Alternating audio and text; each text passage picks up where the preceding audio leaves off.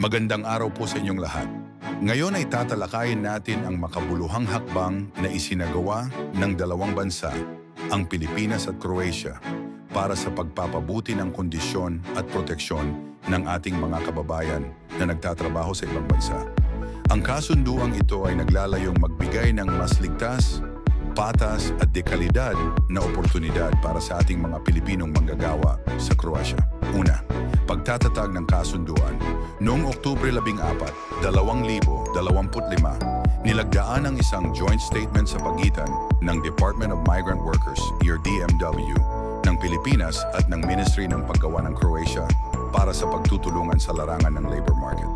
Bago pa nito, noong Oktubre 4, 2024, pinirmahan ang Memorandum of Cooperation, MOC, sa larangan ng labor market upang tiyakin ang proteksyon at kalidad ng trabaho para sa mga Pilipino sa Croatia. Pangalawa, ano-ano ang mga benepisyo? Narito ang ilan sa mga mahahalagang benepisyo para sa mga Pilipinong manggagawa. Walang placement fee. Sa ilalim ng government-to-government G2G scheme, ang mga Pilipinong hotel workers para sa Croatia ay hindi sisingilin ng placement fee.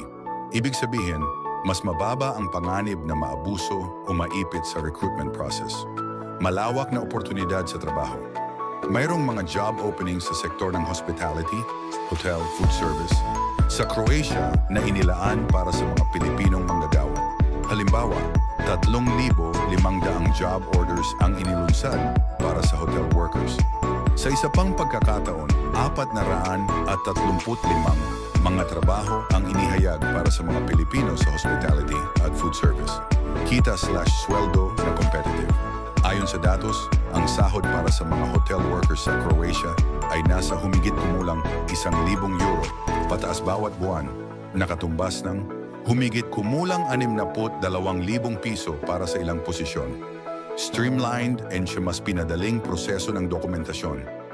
Ang dalawang gobyerno ay nagkasundo na isaayos ang proseso para sa work permits at residence cards upang mapabilis ang legal na pagpasok at pagtatrabaho ng mga Pilipino sa Croatia. Proteksyon at pangunahing serbisyo para sa manggagawa.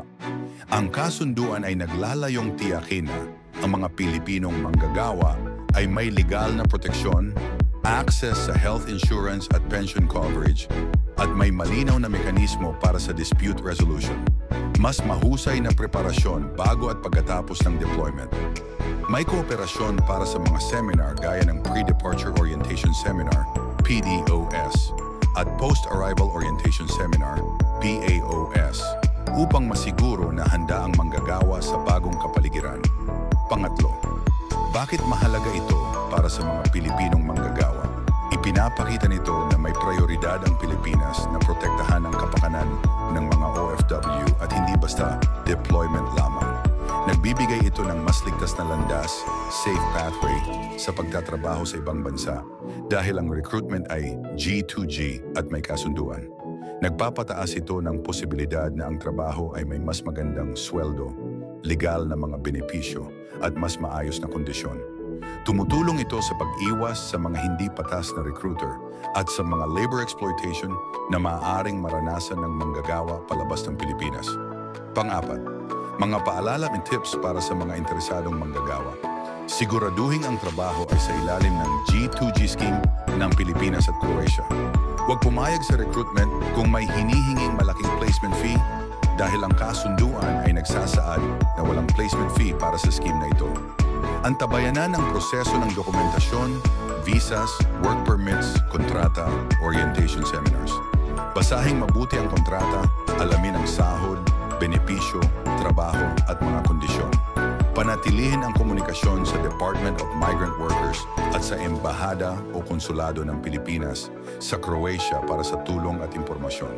Maging handa sa kulturang banyaga, alamin ang pangunahing impormasyon ukol sa Croatia at maging bukas sa pag-adapt. Sa pagsasara, ang kasunduan sa pagitan ng Pilipinas at Croatia ay isang napakahalagang hakbang tungo sa pagpapabuti ng kondisyon ng ating mga manggagawa sa ibang bansa. Ipinapakita nito na ang pagtatrabaho sa ibang bansa ay hindi lamang tungkol sa pag-deploy, kundi tungkol sa dignidad, proteksyon at patas na pagkakataon. Naway gamitin natin ang mga benepisyong ito bilang gabay upang ang bawat Pilipinong manggagawa ay makaranas ng mga taong trabaho, ligtas na kapaligiran at makabuluhang kompensasyon. Maraming salamat po at mabuhay ang mga Pilipinong manggagawa. Huwag kalimutan mag-follow, i-like at i-share ang video sa mga gustong magtrabaho sa Europe.